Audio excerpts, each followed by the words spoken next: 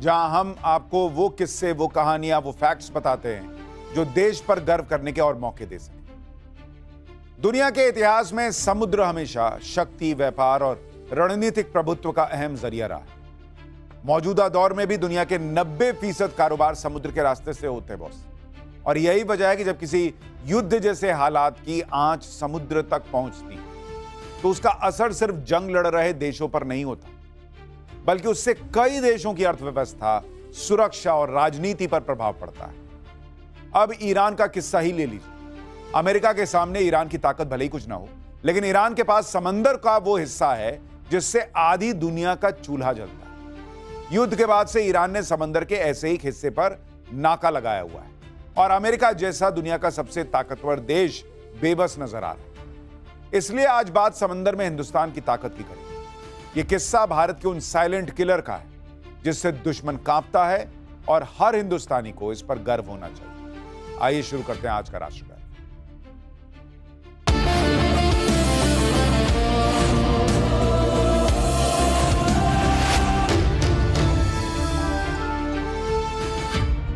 जलमेव यस्य बलमेव तस्य, मतलब पानी पर जिसका राज है, ताकत उसी के पास है।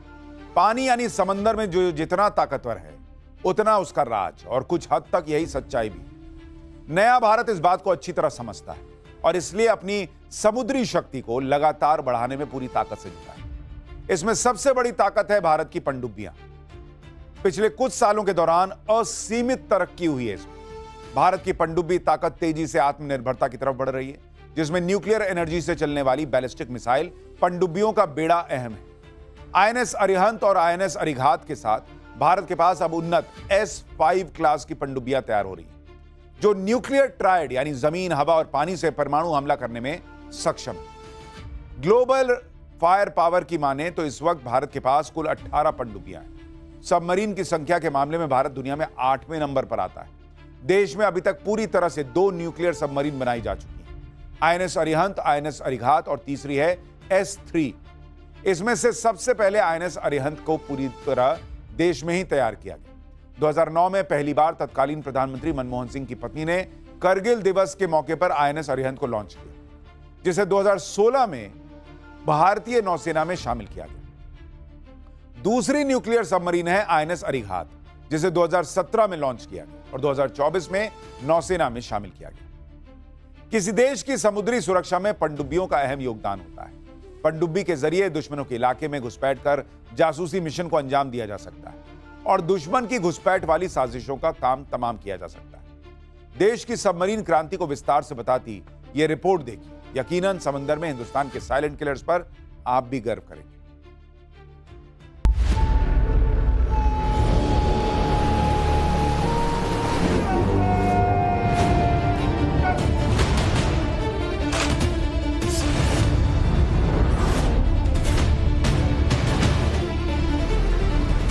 असीमित और अंतहीन समंदर,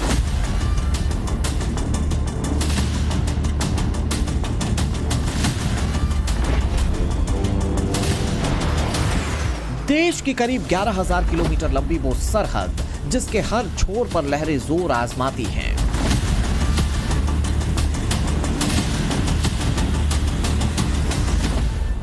जहां हर सुबह सूरज की पहली किरण पड़ते ही एक्शन शुरू हो जाता है और जहाजों के बेड़े समंदर की निगहबानी के लिए निकल पड़ते हैं।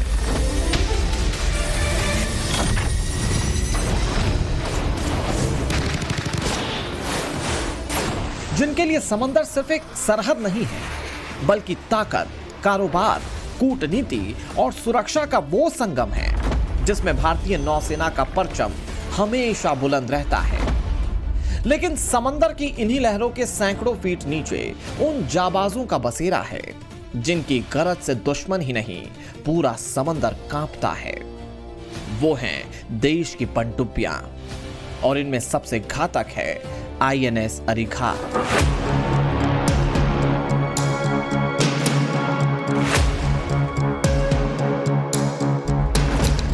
29 अगस्त 2024 यही तारीख थी जब आईएनएस अरिघात को नौसेना में शामिल किया गया था। इसके ठीक साल भर बाद पिछले साल दिसंबर में एक और बड़ी कामयाबी हाथ लगी।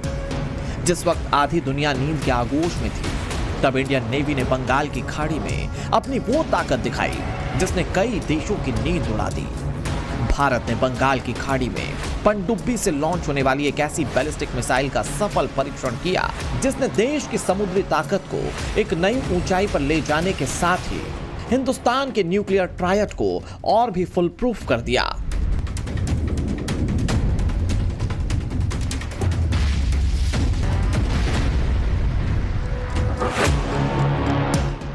इस टेस्ट से साफ हो गया कि भारत अब धरती, आसमान और समंदर तीनों जगहों से दुश्मनों के ठिकानों पर परमाणु हमला करने की क्षमता से पूरी तरह से लैस हो चुका है।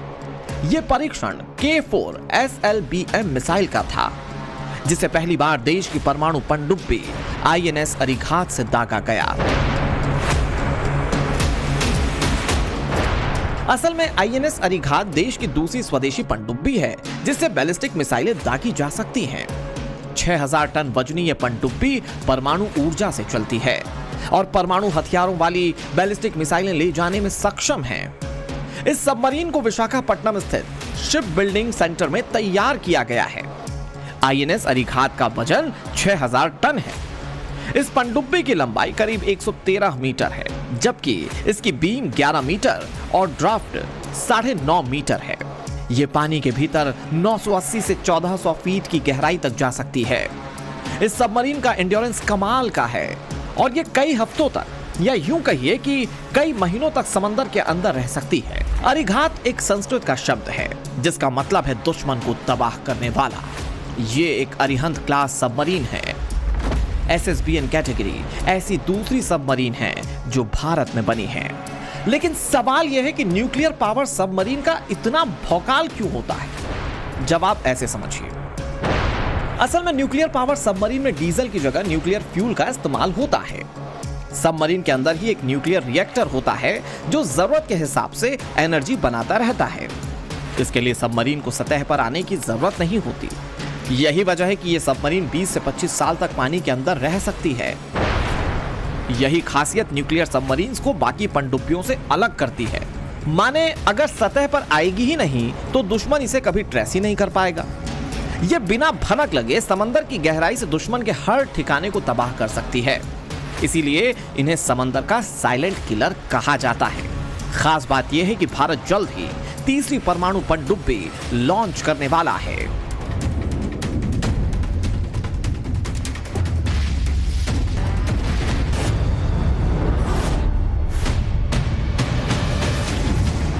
कुल मिलाकर भारत दुश्मनों की हर चाल से निपटने के लिए अपनी तैयारियों को पूरी रफ्तार से आगे बढ़ा रहा है और डिफेंस के मोर्चे पर आत्मनिर्भर भारत का अभियान तेजी से आगे बढ़ रहा है।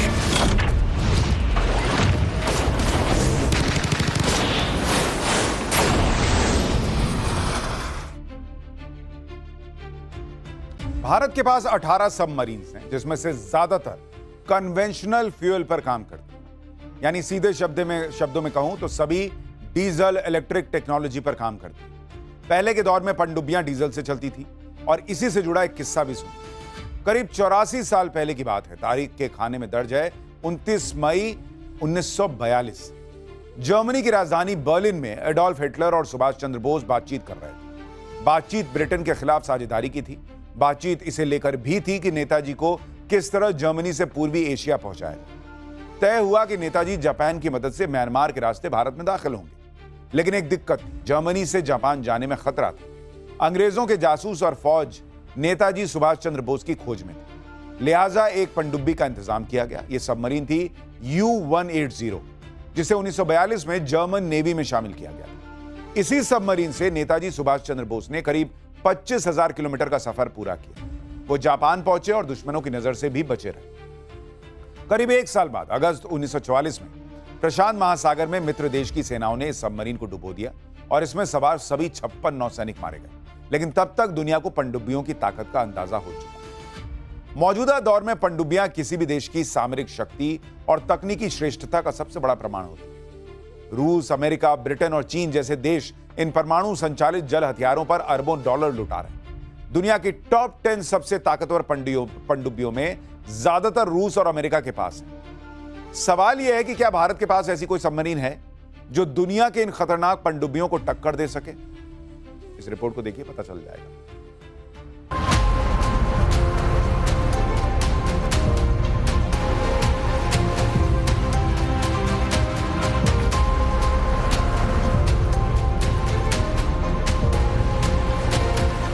समंदर की लहरों पर निगहबानी करने वाले युद्धपोत हों या समंदर की गहराई से दुश्मन को खाक में मिलाने की कुव्वत रखने वाली पनडुब्बियां, भारतीय नौसेना तेजी से अपनी ताकत बढ़ा रही है। देश के पास फिलहाल 2 न्यूक्लियर सबमरीन्स हैं, लेकिन साल 2040 तक भारतीय नौसेना दुनिया में परमाणु ऊर्जा से चलने वाली पनडुब्बियों की संख्या के मामले पर चौथे नंबर पर पहुंच जाएगी। इस दौरान भारत ब्रिटेन को पीछे छोड़ देगा और अमेरिका, रूस और चीन के बाद समंदर में ताकत के मामले पर सबसे बड़ा देश हो जाएगा। मौजूदा वक्त में पनडुब्बियों के मामले में अमेरिका सबसे आगे है। अमेरिका के पास 90 न्यूक्लियर सबमरीन्स हैं। दूसरे नंबर पर रूस आता है, जिसके पास 63 परमाणु ऊर्जा से चलने वाली पनडुब्बियां हैं।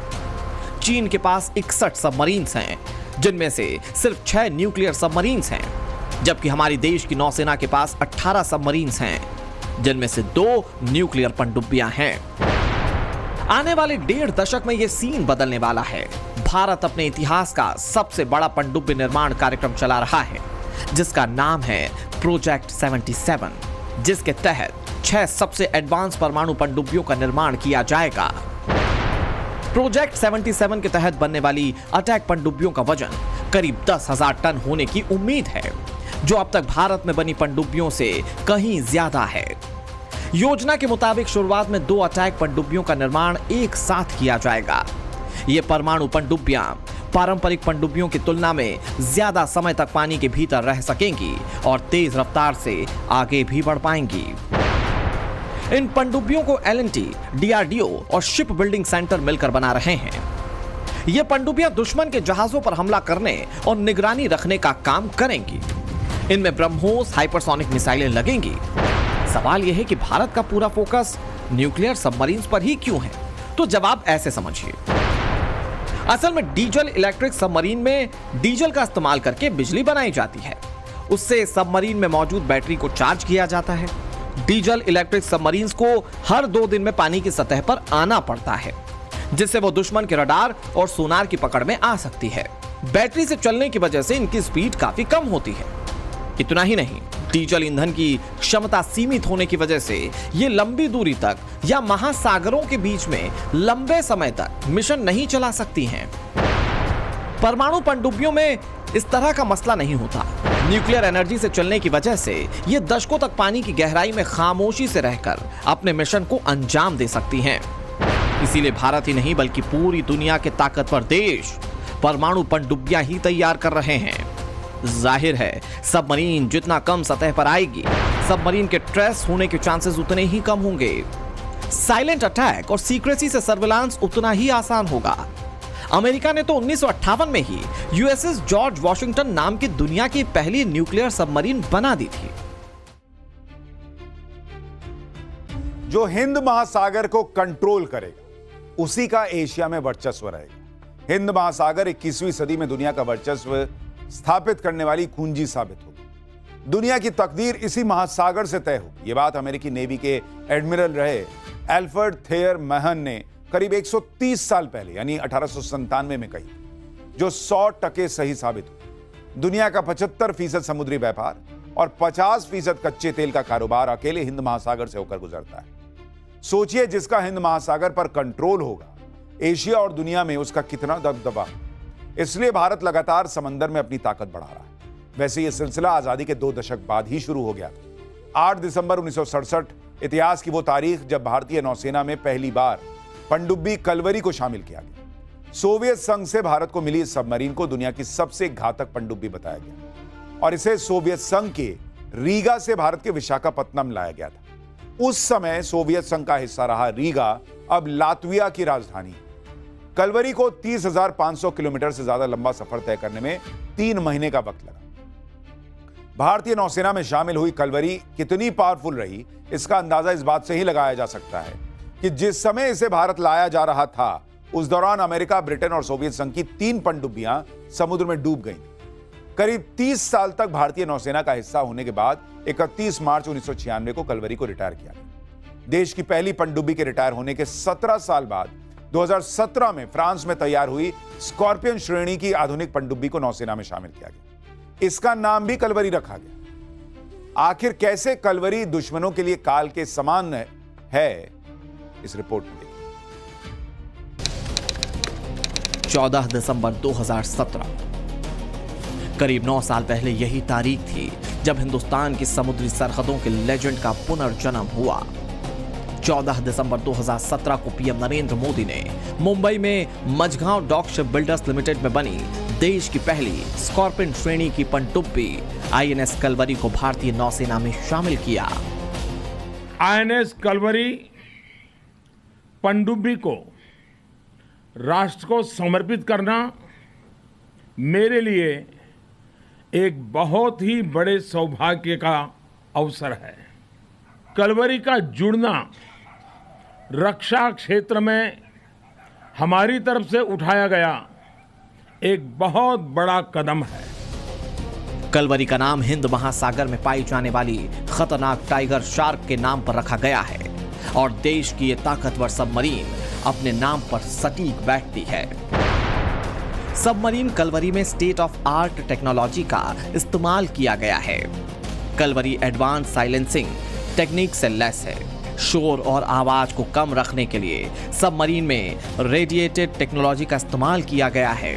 कलवरी को हाइड्रोडायनामिकली ऑप्टिमाइज्ड शेप दिया गया है। ये सबमरीन दुश्मन पर अपने घातक हथियारों से हमला करने में सक्षम है। कलवरी टॉर्पीडो और ट्यूब तरीके से एंटी शिप मिसाइल का इस्तेमाल कर सकती है। कलवरी सबमरीन सिर्फ समंदर की गहराई में ही देश की सुरक्षा के लिए तैनात नहीं रहती, बल्कि ये कई तरह के मिशन को भी अंजाम दे सकती है।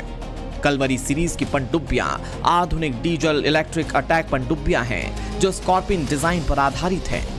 इन्हें प्रोजेक्ट 75 के तहत मुंबई के मझगांव डॉक पर मेक इन इंडिया के तहत बनाया गया है, जिन्हें साइलेंट किलर कहा जाता है। ये सबमरीन अपने घातक टॉर्पीडो और एंटी शिप मिसाइलों के लिए जानी जाती है। इस सीरीज की दूसरी सबमरीन कलवरी वेला को 2021 में नौसेना में शामिल किया गया। वेला दुनिया के सबसे घातक हथियारों एडवांस सोनार सिस्टम से लैस है। इस सबमरीन को इसी तरह से डिजाइन किया गया है जो इसे कॉम्बैट रेडी रखता है, यानी मौका मिलने पर दुश्मन को खाक में मिलाने में देर नहीं लगती। पिछले साल 28 दिसंबर को राष्ट्रपति द्रौपदी मुर्मू इंडियन नेवी की ताकतवर पनडुब्बी आईएनएस वागशीर में सवार हुई थी। राष्ट्रपति ने सबमरीन में सी सॉर्टी की। द्रौपदी मुर्मू पनडुब्बी से समुद्री दौरा करने वाली दूसरी राष्ट्रपति बनी। इससे पहले साल 2006 फरवरी में एपीजे अब्दुल कलाम पहले राष्ट्रपति बने थे जिन्होंने पनडुब्बी से समंदर में सॉर्टी की थी। तो इतना समझ लीजिए कि भारत का समुद्र बेस्ड न्यूक्लियर डिटरेंस के अहम पड़ाव पर पहुंच चुका है। इंडियन नेवी के production partner Cochin shipyard limited आने वाली S5 class ballistic missile submarine के निर्माण में लगने वाले समय को कम करने की कोशिश कर रही हैं। इस प्रकार के सबमरीन को बनाने में कम से कम 10 साल का वक्त लगता है, जिसका टारगेट अब 7 या 8 साल रखा गया है।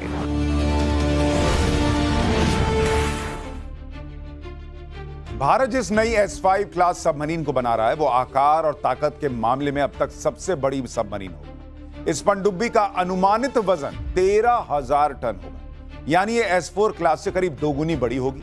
बड़ी सबमरीन में ज्यादा मिसाइल कैरी करने की क्षमता भी होगी, यानी आने वाले दशक में भारत के पास समंदर की गहराई से दुश्मन को खाक में मिलाने वाली परमाणु पनडुब्बियों का ऐसा बेड़ा होगा जिससे चीन और पाकिस्तान ही नहीं, दुनिया का हर देश खौफ खाएगा। भारत सिर्फ दुश्मन को तबाह करने वाली सबमरीन ही तैयार नहीं कर रहा, बल्कि दुश्मन की पनडुब्बियों का शिकार करने वाले हथियार भी रेडी कर रहा है। 3 महीने पहले ही भारतीय नौसेना ने आईएनएस माहे को अपने बेड़े में शामिल किया। आईएनएस माहे दुश्मन की पनडुब्बियों को खोज कर तबाह करने में सक्षम है, चाहे वो गहरे पानी में ही क्यों ना हो। 80% स्वदेशी उपकरणों से तैयार हुआ यह नया सबमरीन हंटर समंदर में भारत की ताकत को कई गुना बढ़ा चुका है। मौजूदा वक्त में दुनिया में जंग के कई मोर्चे खुले हुए। ईरान और अमेरिका के बीच बरसता बारूद थमने का नाम नहीं ले रहा। लेकिन अगर आपने गौर किया होगा कि युद्ध सिर्फ आसमान और पानी में ही लड़ा जा रहा है, दोनों तरफ से जमीन पर एक भी सैनिक नहीं उतारा गया। अमेरिका और ईरान के युद्ध ने आने वाले दौर में लड़ी जाने वाली जंगों का इशारा दे दिया। इसलिए हर देश अपनी हिफाजत के लिए एडवांस फाइटर जेट्स और समंदर में घातक युद्धपोत और पनडुब्बियों का बेड़ा बढ़ा रहा है। लेकिन हिंदुस्तान की जैसी तैयारी है, वो आने वाले दशक में देश को जल थल नभ में अजेय बनाएगी।